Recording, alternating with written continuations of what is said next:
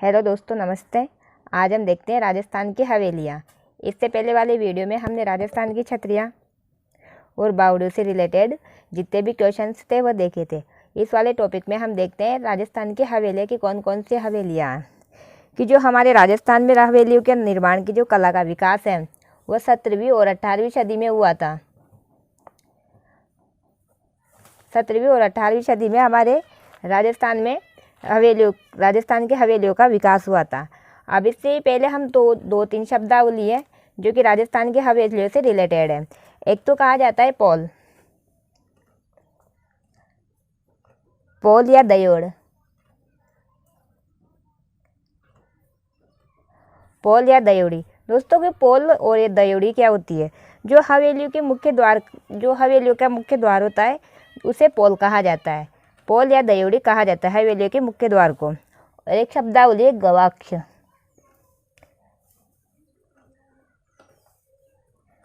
गवाक्ष कहा जाता है कि हवेली के मुख्य द्वार के दोनों ओर स्थित जो चबूतरे होते हैं उन्हें गवाक्ष कहा जाता है। अब हम देखते हैं कि राजस्थान में जैसलमेर में जो हवेलियों का नगर है, हवेलियों का नगर किसे कहा जाता है? जैसलमेर को। जैसलमेर को हवेलियों का नगर कहा जाता है।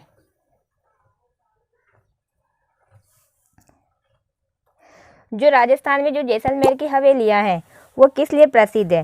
क्योंकि यहाँ की जो हवेलियां पत्थरों की कटाई एवं जालियों के लिए प्रसिद्ध मानी जाती है। पत्थरों की कटाई व जालियों की।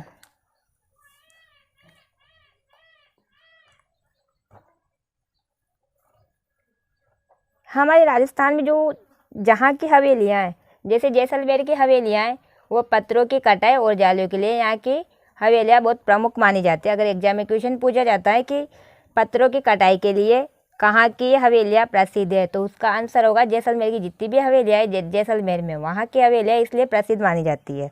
अब हम देखते हैं कि जैसलमेर में कौन कौन सी हवेलियाँ हैं। सबसे पहले यहाँ की जो सबसे प्रमुख हवेली है वह है पटवों की हवेली। पटवों की हवेली।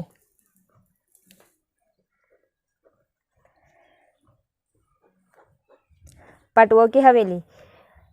राजस्थान पुलिस 2013 में क्वेश्चन पूछा गया था यहाँ से कि राजस्थान की पटवों की हवेली कहाँ पर है, तो पटवों की हवेली वह है जैसलमेर में। पटवों की हवेली कहाँ है? पटवों की हवेली है जैसलमेर में। इस हवेली का निर्माण जो है, इसका निर्माण करवाया था गुमानचंद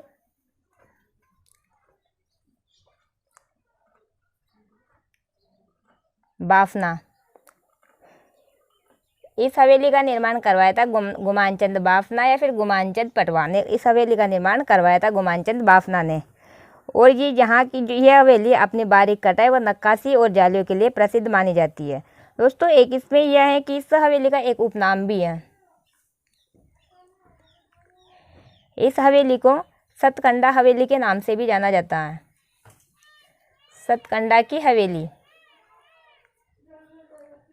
ये एग्जाम में क्वेश्चन पूछा जा चुका है कि सतकंडा की हवेली को किस नाम से जाना जाता है, तो जो सतकंडा की हवेली है वो पटवों की हवेली का दूसरा उपनाम है। उसके अलावा यह हवेली है पटवों की हवेली, यह हिंदू मुगल व सिंधी व यहूदी का कला का स्थापत्य इस शैली में देखने को मिलता है। तो इस शैली में हिंदू, मुगल, सिंधी व यहूदी, इन चारों कलाओं का स्थापत्य इस हवेली में हमें देखने को मिलता है। और ऐसा माना जाता है कि 50 वर्षों में इस हवेली का निर्माण किया गया है। इस हवेली को बनाने में 50 वर्षों में इस हवेली का निर्माण हुआ है। तो दोस्तों ये थी पटवों की हवेली जो जैसलमेर में है, जिसका निर्माण गुमानचंद बाफना ने करवाया था। इसका उपनाम सतकंडा की हवेली भी है। इसको हिंदू मुगल सिंधी व यहूदी जो स्थापत्य कला का नमूना भी मानी जाती है। और ये जो जैसलमेर की हवेलियाँ हैं ये अपनी बारीक कटाई व नक्काशी व जालियों के लिए प्रसिद्ध मानी जाती है। दूसरी हवेली हम देखते हैं। दूसरी हवेली है सालिम सिंह की हवेली। सालिम सिंह की हवेली भी जैसलमेर में है। इस हवेली को नौखंड हवेली भी कहा जाता है। नौखंड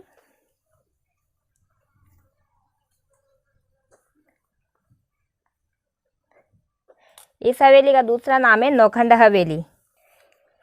इस हवेली का निर्माण 1815 में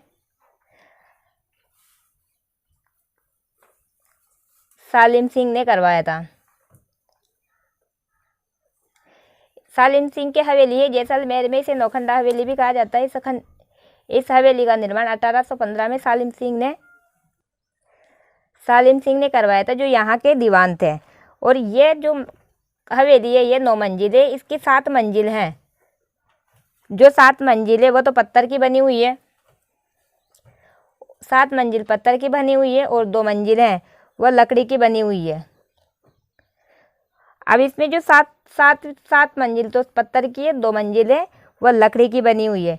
इसकी जो 8वीं मंजिल है उसको रंगमहल कहा जाता है और 9वीं मंजिल को शीश महल कहा जाता है।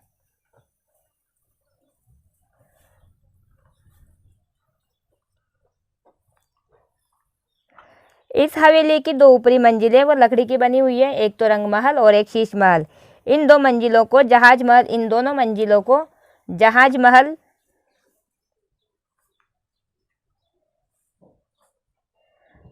महल व मोती महल भी कहा जाता है। राजस्थान पुलिस 2018 में क्वेश्चन पूछा गया था कि सालिम सिंह की हवेली कहाँ है, तो उसका आंसर है जैसलमेर। ये जो हवेली है नौखंडे हवेली है, इसका निर्माण 1815 में सालिम सिंह ने करवाया था, जो कि वहाँ के दीवान थे। ये 9 मंजिल है जिसमें 7 मंजिल पत्थर की बनी हुई है, 2 मंजिल लकड़ी की है, जिसमें 8वीं मंजिल का नाम रंग महल है, 9वीं मंजिल का नाम शीश महल है। इन दोनों को जहाज महल व मोती महल भी कहा जाता है। नेक्स्ट है दीवान नथमल की हवेली। दीवान नथमल की जो हवेली है वह भी जैसलमेर में है। इसका निर्माण है वह 1881 से 1885 के मध्य में हुआ था। इसके जो शिल्पकार थे वो थे हाथी व लालू। जो हाथी और लालू थे दोनों सगे भाई थे। इस हवेली में दोनों सगे भाई हालू तथा लालू द्वारा बनाई गई थी। जो दीवान नथमल की हवेली है जैसलमेर में, इसका निर्माण 1881 से 1885 के मध्य में हुआ है। इसके जो शिल्पकार थे वह हाथी व लालू थे। हाथी और लालू दोनों सगे भाई थे। और इस हवेली की एक प्रमुख विशेषता यह है कि इसमें जितनी भी आकृतियाँ बनी हुई है उन आकृतियों का एक बार भी पुनः वितरण नहीं हुआ है, मतलब दोहराव नहीं हुआ। एक आकृति दोबारा कहीं पर भी नहीं बनी हुई है। नेक्स्ट एक और हवेली यहाँ पर है, वह है राजा बरसलपुर की हवेली। उसके अलावा यहाँ पर जैसलमेर में राव राजा बरसलपुर की हवेली भी है, और एक है सोडो की हवेली और एक है दीवान आचार्य ईसालाल जी की हवेली।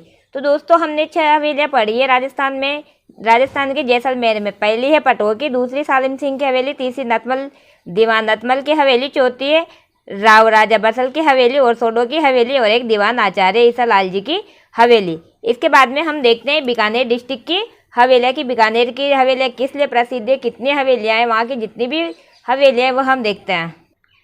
बीकानेर की हवेलियाँ। दोस्तों बीकानेर की जो हवेलियाँ हैं, यहाँ की हवेलियाँ लाल पत्थरों से निर्मित हवेलियाँ हैं। अगर एग्जाम में क्वेश्चन पूछा जाता है कि लाल पत्थरों से निर्मित हवेलियाँ कहाँ की हैं, तो वह आती है बीकानेर की। लाल पत्थरों से निर्मित हवेलियाँ हैं वो बीकानेर की। यहाँ की हवेलियों में एक विशेषता यह भी है कि यहाँ की हवेलियाँ हिंदू, मुस्लिम व यूरोपियन शैली के मिश्रण है। एक तो है हिंदू,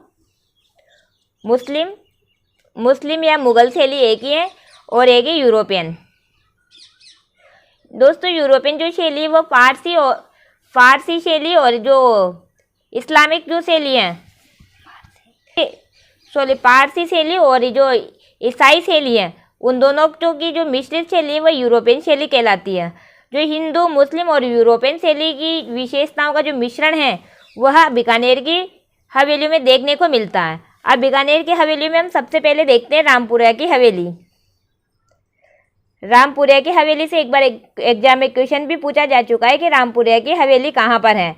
तो रामपुरा की हवेली है वह है बीकानेर में। रामपुरा की हवेली है बीकानेर। ये राजस्थान पुलिस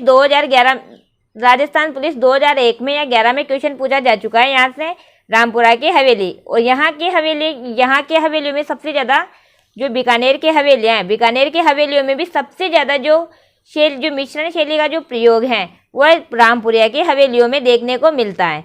उसके अलावा बीकानेर में है डागा की हवेली। दूसरी है डागा की हवेली। डागा की हवेली है, कोटारी की हवेली है, बच्छाउतों की हवेली है। बच्छाउतों की जो हवेली है इसका निर्माण 1593 में कर्ण सिंह बच्छावत ने या बच्छवात ने करवाया था। बच्छवाल या बच्छावत ने करवाया था। एक है मोहता की हवेली।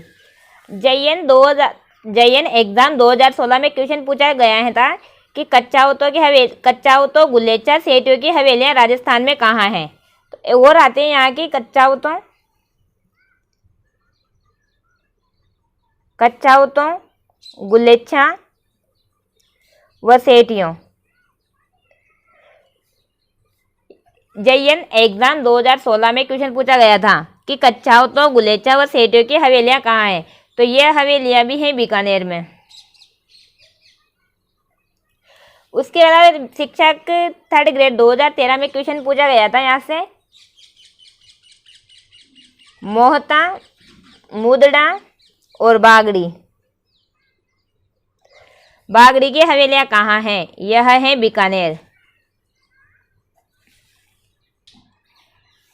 नेक्स्ट है जोधपुर की। जोधपुर की हवेलियां जोधपुर की हवेलियां स्थापत्य कला की बारीकियों के लिए प्रसिद्ध मानी जाती है। यहाँ पे जोधपुर की जो हवेलियां यहाँ पे हवेलियों में स्थापत्य कला की बारीकियों का प्रयोग हुआ है। यहाँ की जो सबसे प्रमुख हवेली है यह है पुष्य हवेली या पुष्प हवेली। इसका निर्माण महाराजा जसवंत सिंह के एक कामदार थे रघुनाथ मल जोशी ने करवाया था, इन्हें भूर जी के नाम से भी जाना जाता है। यह विश्व की एकमात्र ऐसी हवेली जो है कि पुष्य नक्षत्र में बनाई गई थी। इसका जो निर्माण है जसवंत सिंह के कामदार थे रघुनाथ मल जोशी ने इसका निर्माण करवाया था। इन्हें भूर जी के नाम से भी जाना जाता है और ये विश्व की एकमात्र हवेली है जिसे पुष्य नक्षत्र में बनाई गई थी। दूसरी हवेली यहाँ की एक है पच्चीसा हवेली। यह भी जोधपुर में है। उसके अलावा पाल हवेली, पोखरण की हवेली,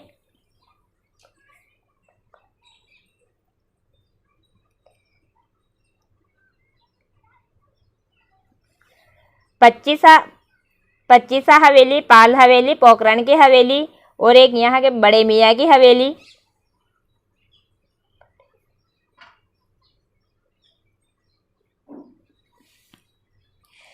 उसके अलावा हम यहाँ के हवेली देखते हैं।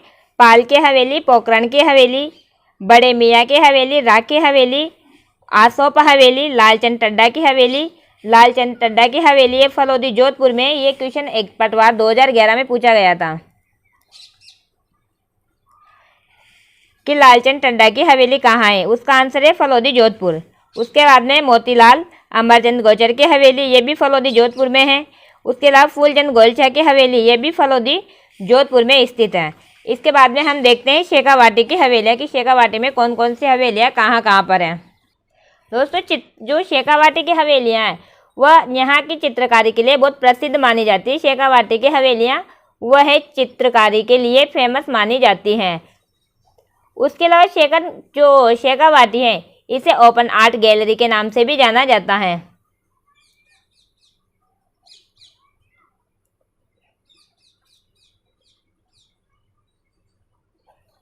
शेखावाटी को ओपन आर्ट गैलरी के नाम से भी जाना जाता है। यहाँ की जो हवेलियाँ हैं वह भित्ति चित्रण के लिए विश्व में विख्यात है, मतलब भित्ति चित्रण के लिए बहुत फेमस हैं। अगर एग्जाम में क्वेश्चन पूछा जाता है कि भित्ति चित्रण के लिए कहाँ की हवेलियाँ प्रसिद्ध हैं तो उसका आंसर होगा शेखावाटी। इसीलिए इन्हें फ्रेस्को पेंटिंग कहा जाता है।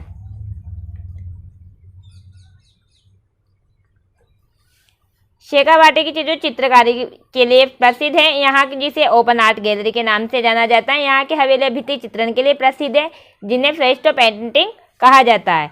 इनमें हम देखते हैं सबसे पहले कि नवलगढ़ की हवेलियाँ।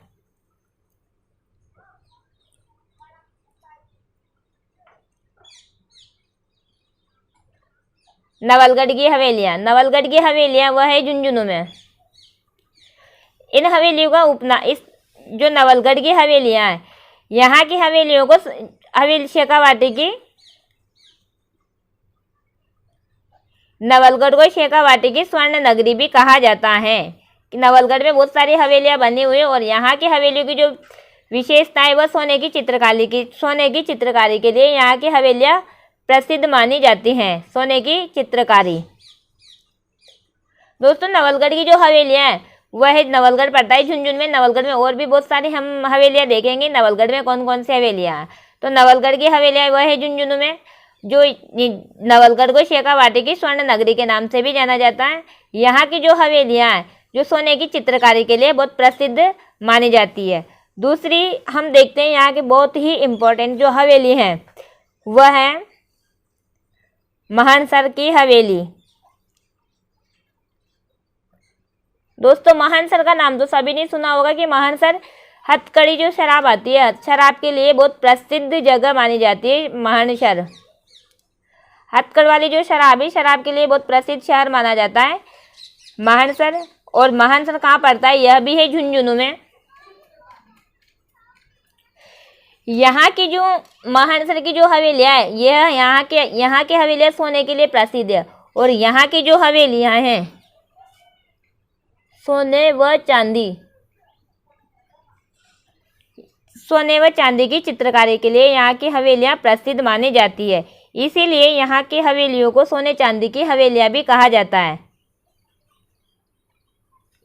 सोने चांदी की जेल प्रहरी 2017।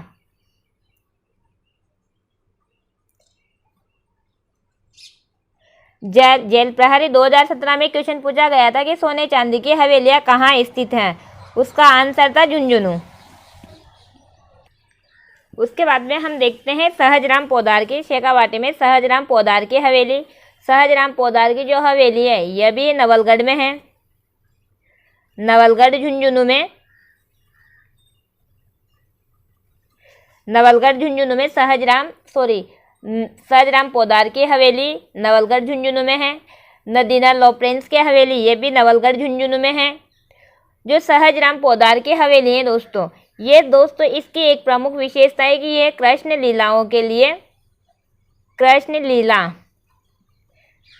लीला के भित्ति चित्रण के लिए प्रसिद्ध मानी जाती है। कृष्ण लीला के भित्ति चित्रण के लिए यह सहजराम पोद्दार की हवेली प्रसिद्ध मानी जाती है। उसके बाद में नदीना प्रिंस की हवेली, यह है नवलगढ़ झुंझुनू में। दोस्तों, मैं आपको बता दूं कि नवलगढ़ जो है ये जो शेखावाटी की 5 बड़ी जागीरें थी, उस वक्त 5 बड़ी जागीरों में से एक जागीर मानी जाती है। पंचपाणों में से एक जागीर थी नवलगढ़। और वो जो 5 पंचपाणों में थी मालासर, मुंडाऊ, डुडलोद, बिसाऊ और एक नवलगढ़। एग्जाम में ये क्वेश्चन पूछा जा चुका है कि शेखावाटी की पंचपाणों में कौन सी जागीर नहीं थी। एक जागीर और दे दी और 3 तो इसमें से दे दी, एक और दे दी। तो हमें ये भी ज्ञात होना चाहिए कि इनमें से कौन कौन सी जागीर इसकी है और इसकी नहीं है। उसके बाद में बगेरे की हवेली। बगेरे की हवेली यह भी है नवलगढ़ झुंझुनू में ही है। बगेरे की हवेली है नवलगढ़ झुंझुनू में। ये CID की एग्जाम में क्वेश्चन पूछा जा चुका है कि बगेरियों की हवेली कहाँ है। तो बगेरे की हवेली भी नवलगढ़ झुंझुनू में है। नदीनाला प्रिंस की हवेली नवलगढ़ झुंझुनू में। ये वनपाल 2012 में क्वेश्चन पूछा जा चुका है कि नदीनाला प्रिंस की हवेली कहाँ है, नवलगढ़ झुंझुनू में। और बगेरियों की हवेली का क्वेश्चन CID के एग्जाम में पूछा जा चुका है कि बगेरियों की हवेली कहाँ है, यह भी नवलगढ़ झुंझुनू में है। भगदों की हवेली है भक्तों की हवेली, यह भी नवलगढ़ झुंझुनू में ही स्थित है। उसके बाद में है ईश्वरदास जी की हवेली, बहुत इंपॉर्टेंट है। ईश्वरदास मोदी की हवेली कहाँ पर है? ईश्वरदास मोदी की हवेली है, यह भी नवलगढ़ झुंझुनू में ही स्थित है। और जो यह हवेली है अपने झरोकों के लिए बहुत प्रसिद्ध मानी जाती है। यह हवेली अपने झरोकों के लिए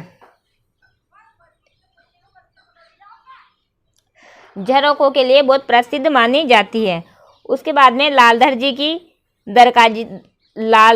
दरकाजी की हवेली, यह भी नवलगढ़ झुंझुनू में है।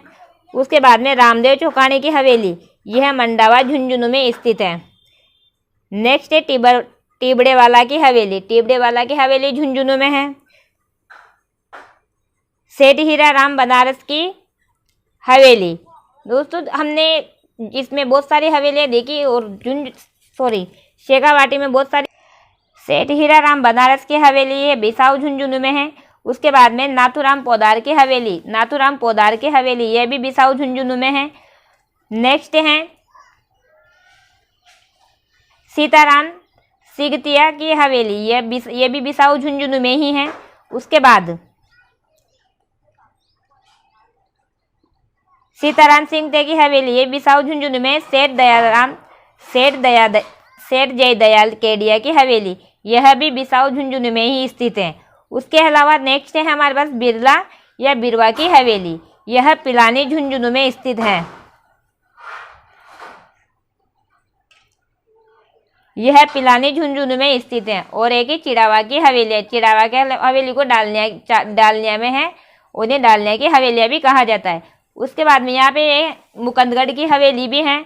उसके बाद डुडलौद की झुंझुनू में डुडलौद की हवेलियाँ भी हैं, जिन्हें गोयका की हवेलियाँ भी हैं। और एक हवेली यहाँ पर और भी है, खींचन की हवेली और मंडावा की हवेलियाँ बहुत प्रसिद्ध मानी जाती हैं। दोस्तों इसके बाद में हमें नेक्स्ट वीडियो में जो बची हुई हवेलियाँ हैं वह इसके बाद अगले वीडियो में देखेंगे। और अगर आपको मेरा वीडियो अगर पसंद आया हो तो इसे लाइक शेयर सब्सक्राइब ज़रूर कीजिए।